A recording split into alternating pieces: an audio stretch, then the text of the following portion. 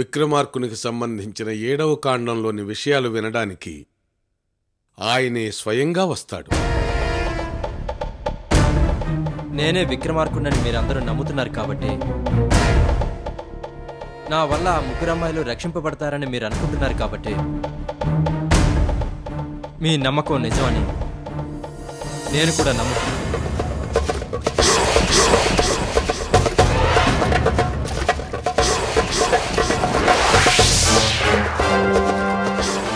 ఈ పర్వత ప్రాంతంలో నేనొక పూజ చేయబోతున్నాను. పవిత్ర గంగా జలాన్ని తీసుకొచ్చాను. మిగిలిన 8 పుణ్యనదుల్లో స్నానమాచరించి ఆ పుణ్యనదీ తీర్థాలను తీసుకొస్తాను.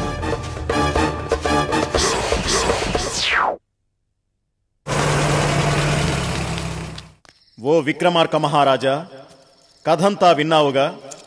అగ్నిసాక్షిగా పెళ్లాడిన భార్యను ఆమె ప్రేమ కోసం తన ప్రియుని దగ్గరికే పంపిన సముద్రగుప్తుడు గొప్పవాడా? భార్య ప్రేమ కోసం కట్టుకున్న భర్తే తన వద్దకు పంపాడని తెలిసి గౌరవంగా తిప్పి పంపిన ఆమె ప్రియుడు గొప్పవాడా? లేక ఇచ్చిన మాట కోసం తిరిగొచ్చిన వందనసేన నిజాయితీని మెచ్చుకొని పరివర్తన చెందిన దొంగ గొప్పవాడా? ఆ ముగ్గురిలో ఎవరు గొప్పవారు?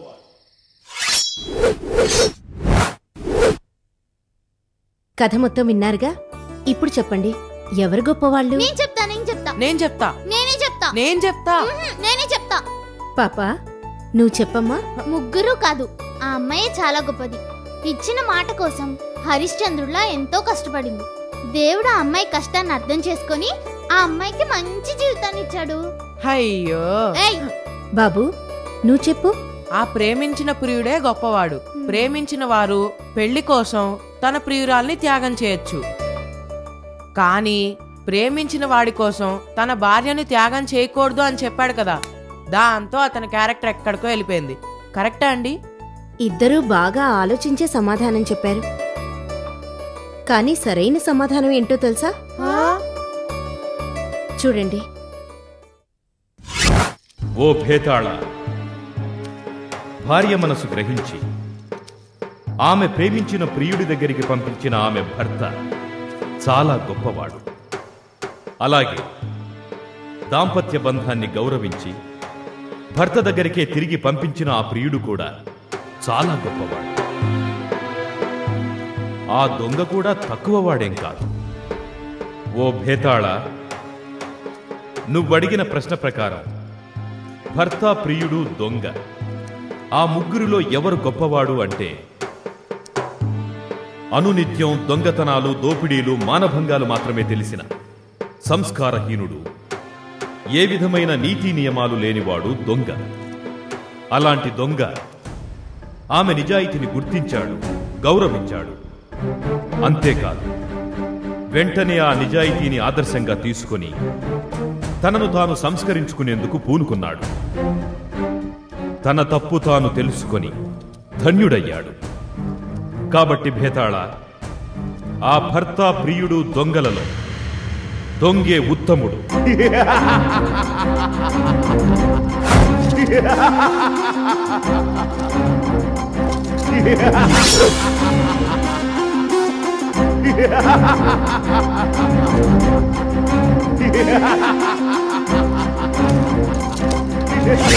Great. Vikramarka is something great. ఆయన తెలివి మరెవ్వరికీ రాదు.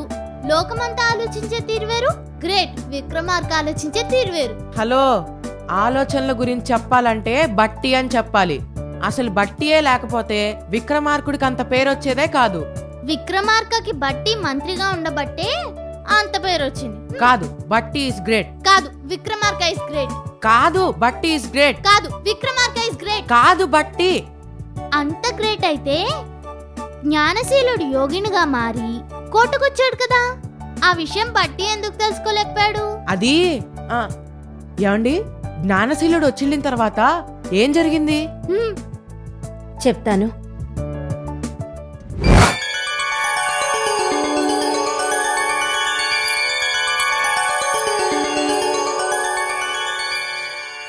అమ్మా, నాకు తెలియకుండా మీ అంతఃపురంలోకి ఎవరో యోగిని వచ్చారట, నిజమేనా?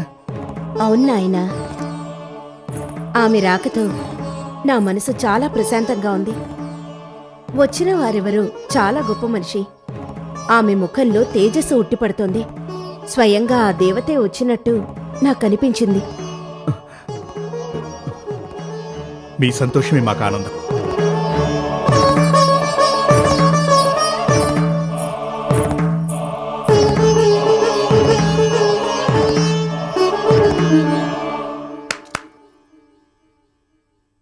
మన అంతఃపుర ముఖద్వారం దగ్గరుండి ఎవరైనా కొత్తవారు వస్తున్నారేమో గమనించు. చిత్తం.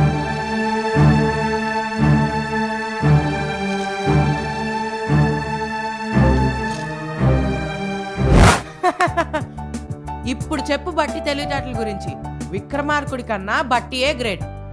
అమ్మవారు కూడా విక్రమార్కుడికి 1000 సంవత్సరాలు ఆయుష్ ఇస్తే బట్టికి 2000 సంవత్సరాలు ఆయుష్ ఇచ్చింది. అవునరా, అమ్మవారంటే నాకు గుర్తొచ్చింది. ఏమండి, నాకు చిన్న డౌట్ అండి. ఏంటమ్మా అది?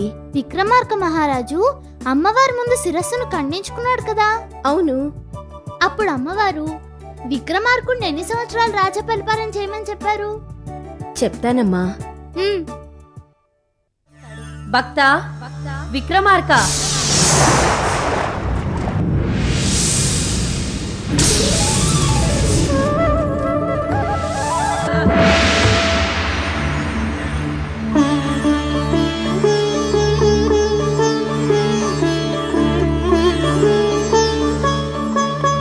జై జగన్మాత, జై మహాకాళి. మీ దివ్యమంగళ స్వరూపంతో నాకు దర్శన భాగ్యాన్ని ప్రసాదించావు. మాతా, నా జన్మ ధన్యమైనది.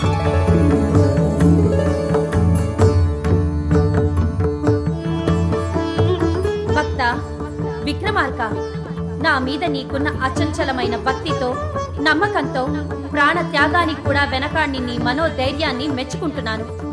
ఏం వరం కావాలో కోరుకో. జగన్మాత, మా అన్నయ్యకి ఈ భూమండలాన్ని పరిపాలించాలనే ఆశయం కలిగింది. 1000 సంవత్సరాలు ఈ భూమండలానికి చక్రవర్తిగా విరాజిల్లుతావు. 1000 సంవత్సరాలు పరిపాలన చేయమని చెప్పారు కదా. మరి విక్రమార్కుడి తలను బట్టి ఖండించినప్పుడు అమ్మవారు బట్టికి ఎన్ని సంవత్సరాలు ఇచ్చారు? చెప్తాను.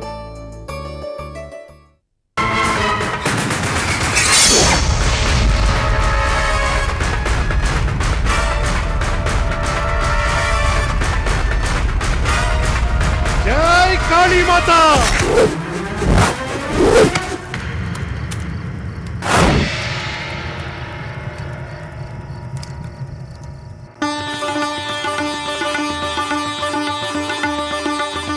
భక్త బట్టి, గొప్ప ఆశయం కోసం నీ అన్నయ్యనే బలిచ్చిన నీ ధైర్య సాహసాల్ని మెచ్చుకుంటున్నాను. ఏం వరం కావాలో కోరుకో. జగజ్జనని మాత, నాకు 2000 సంవత్సరాల ఆయుష్ని ప్రసాదించు తల్లి. సదాస్తు. 2000 సంవత్సరాలు ఆయురారోగ్యాలతో వర్ధిల్లుతావు.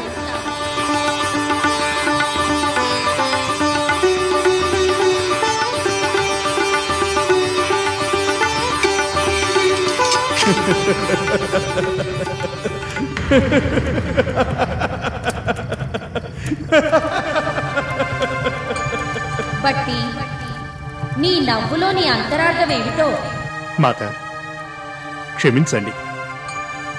మీరిచ్చిన వరం నెరవేరుతుందని నాకు అనిపించడం లేదు. బట్టి మమ్మల్నే శంకిస్తున్నావా? శంకించాల్సిన పరిస్థితి వచ్చింది మాత. ఎందుకంటే 1000 సంవత్సరాలు రాజ్యపాలన చేస్తావని మీరు విక్రమార్కుడికిచ్చిన వరం ఇప్పుడు ఏమైంది?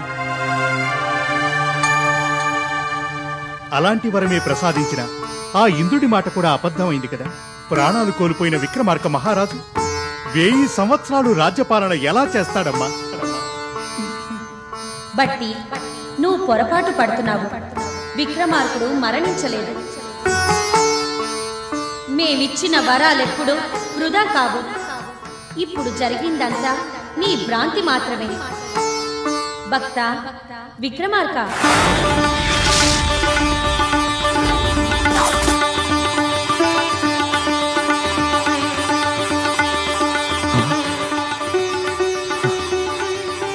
జై జగన్మాత, జై మహాకాళి.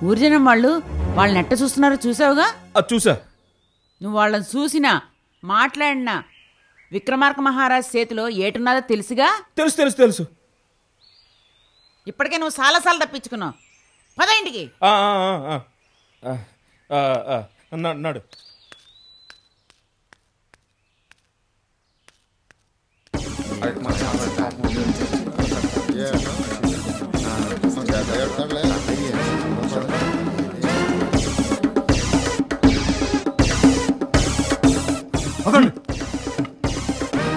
రాయే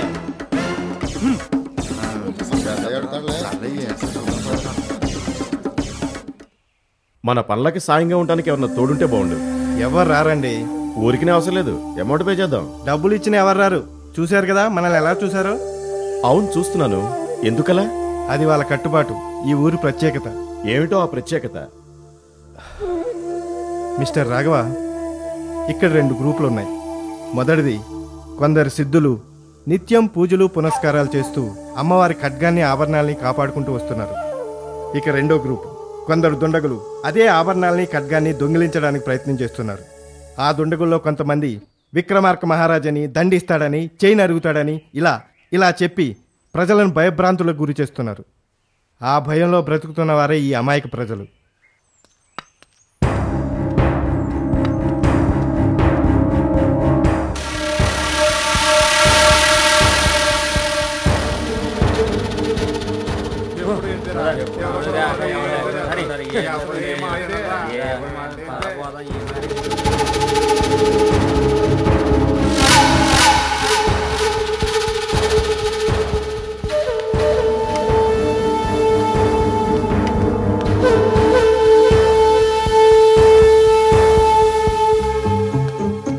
రావయ్యా బన్సారీ. నమస్కారం సార్. నమస్తే. నమస్కారం సార్.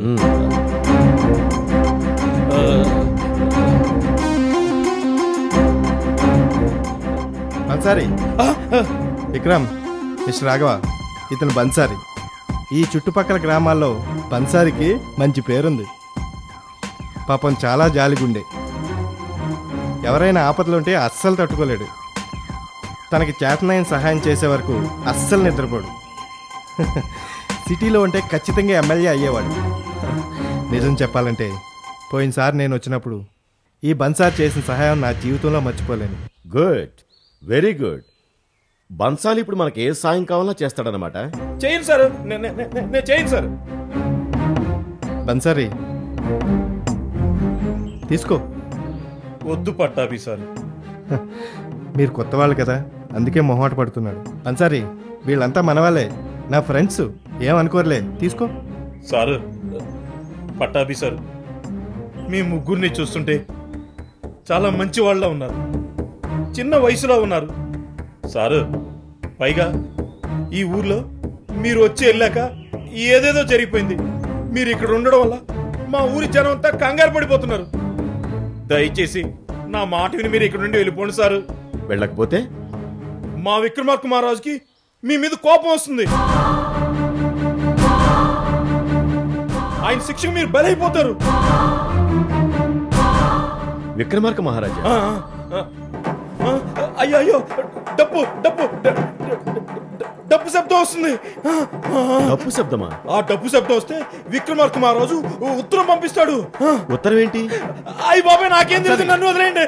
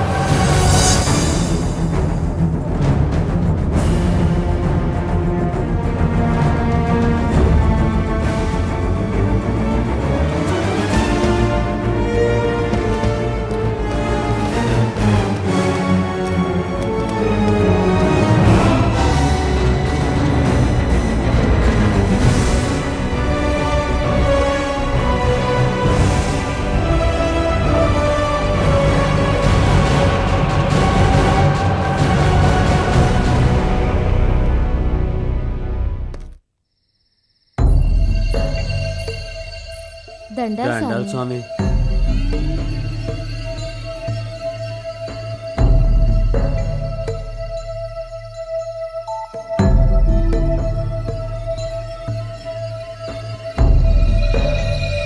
విక్రమార్క మహారాజుల నుండి వర్తమానం వచ్చింది.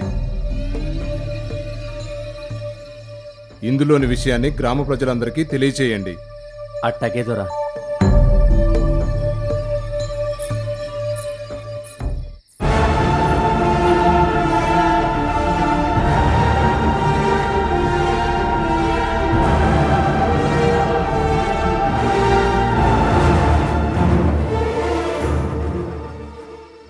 ఈ విక్రమగుడి పురప్రజలకు తెలియజేయడం ఏమనగా, మన విక్రమగుడి దగ్గరకు ఎవరెవరో వస్తున్నారు. ఎందుకో తెలుసా? అమ్మవారి చేతిలో ఉన్న ఖడ్గం, అమ్మవారి పాదాల క్రింద ఉన్న ఆభరణాలు దొంగిలించడానికి. ఈ విషయంలో విక్రమార్క మహారాజు గారు, అమ్మవారు కూడా కోపోద్రేకంలో ఉన్నారు. వాళ్ళకెప్పుడు ఏ శిక్ష విధించాలో ఆ విక్రమార్క మహారాజుకే తెలుసు. అది ఖచ్చితంగా అతి త్వరలోనే జరగబోతుంది. ఈ ఊరి ప్రజలకు తెలియజేయడం ఏమనగా, వాళ్ళు ఎలాంటి వాళ్ళైనా, ఎంతటి గొప్ప వాళ్ళైనా, మన ఊరి ప్రజలు వాళ్లను కలవటం గాని మాట్లాడటం గాని కనీసం తాగటానికి మంచినీళ్లు కూడా ఇవ్వకూడదని, అలా కాదని వాళ్లకు సహాయం చేసిన పక్షంలో వాళ్ళు కూడా శిక్షార్హులవుతారని శ్రీ శ్రీ శ్రీ విక్రమార్క మహారాజు గారి ఉత్తర్వులు జారీ చేయడమైనది.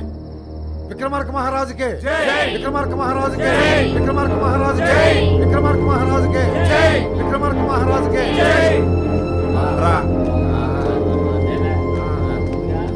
రాలే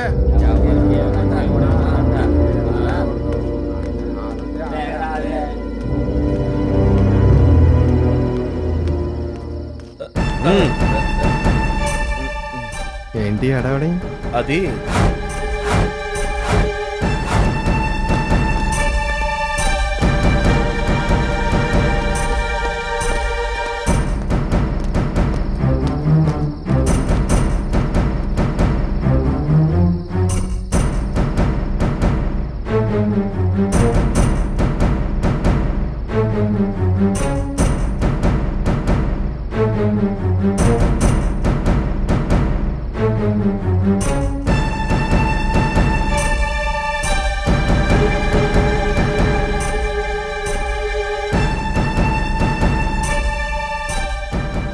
అరే ఉండు, మూతుడని అమ్మా, ఉండమ్మా.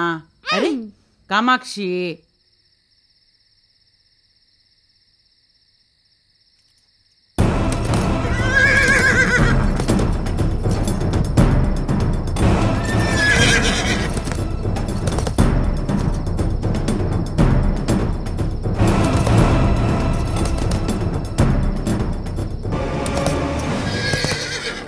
ఏమయ్యా?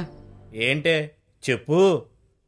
ఏదో కీడు జరగబోతున్నట్టు నా మనసు కనిపిస్తుందయ్యా. చాలా కోపంగా మన విక్రమార్క మహారాజు ఊరు మొత్తం తిరిగి వెళ్ళాడంట. పంచాయతీలోనేమో పట్టపోళ్ళ ఎవరికీ సాయం చేయకూడదని ఉత్తర్వు జారీ చేశారు. నువ్వేమో వాళ్ళకు సాయం చేస్తున్నావు. నాకేదో భయంగా ఉందయ్యా. అవునన్నా, నాకు కూడా భయంగానే ఉంది. భయం ఎందుకమ్మా?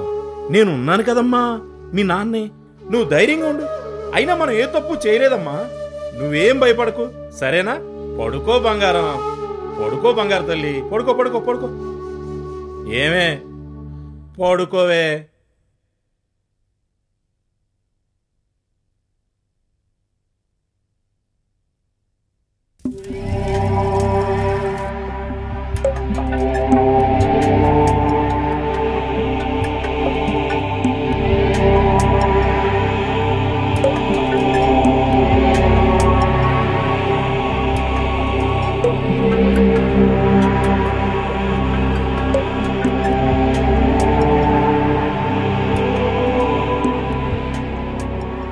నాన్న, ఎక్కడికి పోతున్నావు? వాళ్ళకి సహాయం చేయడానికా? లేదమ్మా. నువ్వు మళ్ళీ మళ్ళీ తప్పు చేస్తే విక్రమార్క మహారాజు నిన్ను మళ్ళీ శిక్షిస్తాడు. ఆ శిక్షను తప్పించుకోలేవు నాన్న. నీకేదైనా అయితే నేను అమ్మ ఏమైపోతాం? లేదమ్మా, భయం లేదమ్మా, నేను ఎక్కడికి వెళ్ళడం లేదమ్మా. అయినా మిమ్మల్ని వదిలిపెట్టి నేను ఎక్కడికి వెళ్తానమ్మా? పడుకో అమ్మా. నాన్న నువ్వు వెళ్తే నా మీద ఒట్టే నాన్న. నీ మీద ఒట్టమ్మా, నేను వెళ్ళడం లేదమ్మా. పడుకో బంగారు తల్లి, పడుకో పడుకో అమ్మా. నువ్వు కూడా పడుకోవే.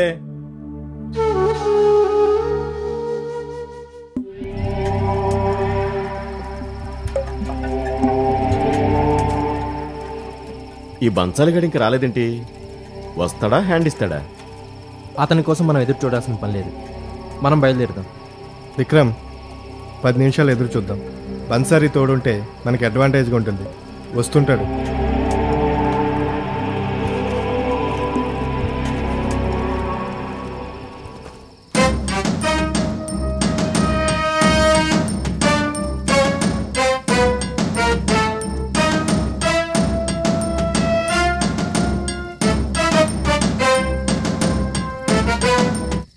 పైగా ఈ పర్వతాల్లో దారి తప్పామంటే ఎటు వెళ్తామో మనకే తెలీదు.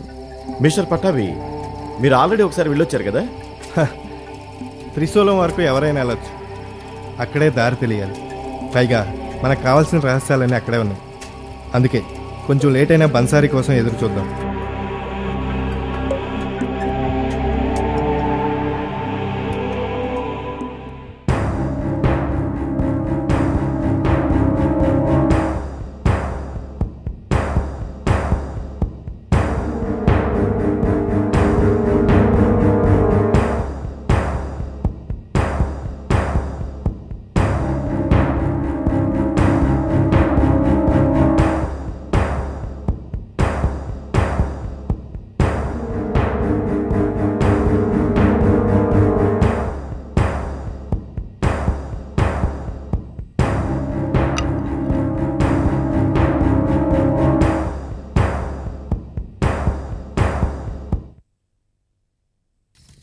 ఏమిటో ఈ కంప్యూటర్ యుగంలో కూడా విక్రమార్కుడు, భట్టి, ఖడ్గం, గుర్రం ఇవన్నీ చూస్తుంటే చాలా విచిత్రంగా ఉంది.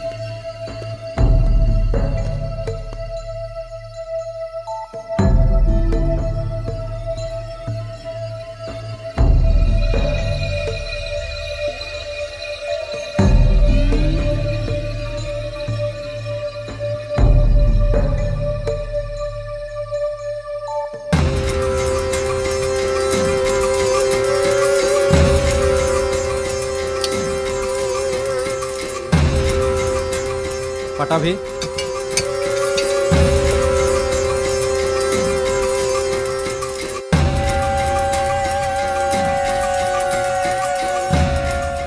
ఏంటిది?